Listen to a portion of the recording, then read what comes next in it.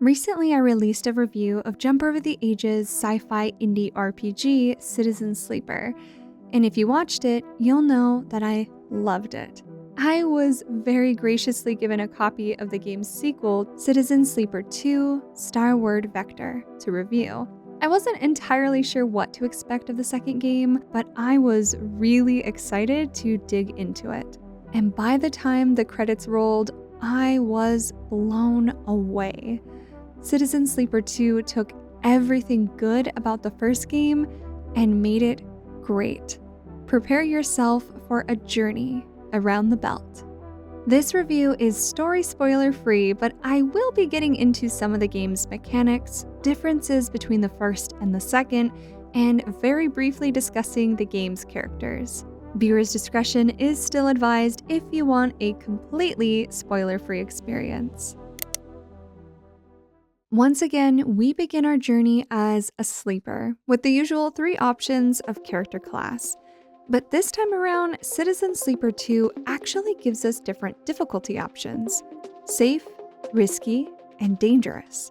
For those of you looking for more of a challenge, I'd recommend giving the dangerous option a try after your initial playthrough. Citizen Sleeper 2 maintains the same dice mechanic as the first, but adds a few more elements to it. You'll notice the frame status or health bar has been swapped out for a stress bar that will directly affect the quality of your dice.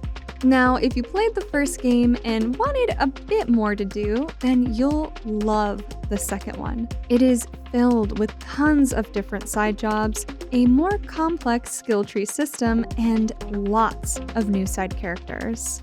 The game starts off with a bang, leaving you whirling with a sense of danger and urgency.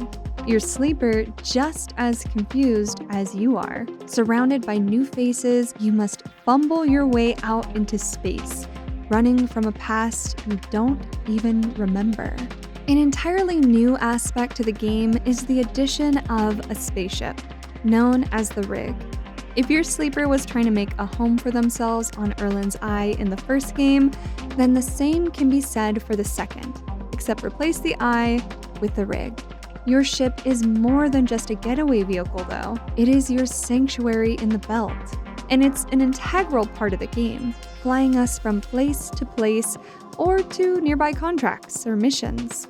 It's one of my favorite new features of the series.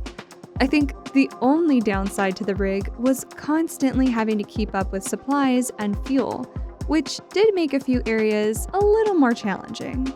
Throughout the game, we acquire a crew in a very Mass Effect 2-like manner, collecting random members for their various skills or to help them escape persecution. Whatever the reason, your Rig slowly becomes a home to many different faces, and all of them are able to accompany you while out on contracts in the belt.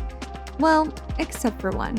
When on a contract, the sequence is different from anything else in the first game, and it adds a new level of difficulty and gameplay variety.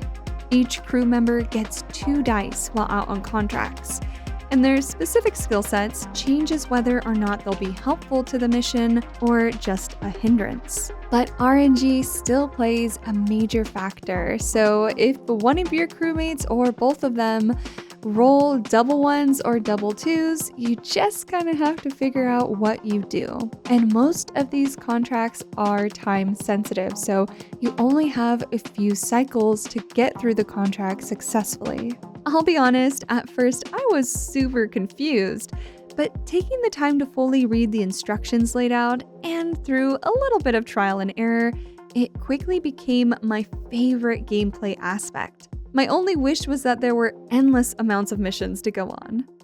Just like in classic Mass Effect 2 fashion, your new crew members have some unfinished business that they'd like to see through, and you have the option to help them.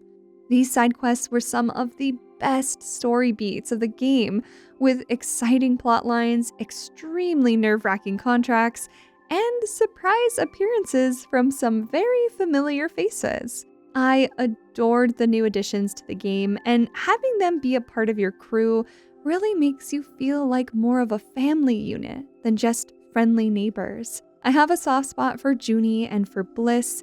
They were my main go-to for missions. And did I mention there is another cat? I'm not even sure if this is the same cat, but the fact that you get another cat in the game, and not only that, but it becomes a crewmate is so cool. I think there's a rat on our ship. I hope not.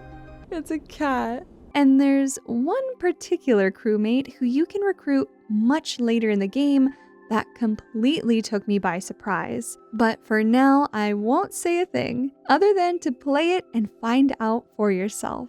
There is so much that Citizen Sleeper 2 did right that just made it an incredible game. These games are a love letter to sci-fi indie game lovers everywhere. And if you haven't tried them out, I highly recommend that you get the second one on Steam now so that you can take a ride around the belt to discover the joy of playing Citizen Sleeper 2 firsthand.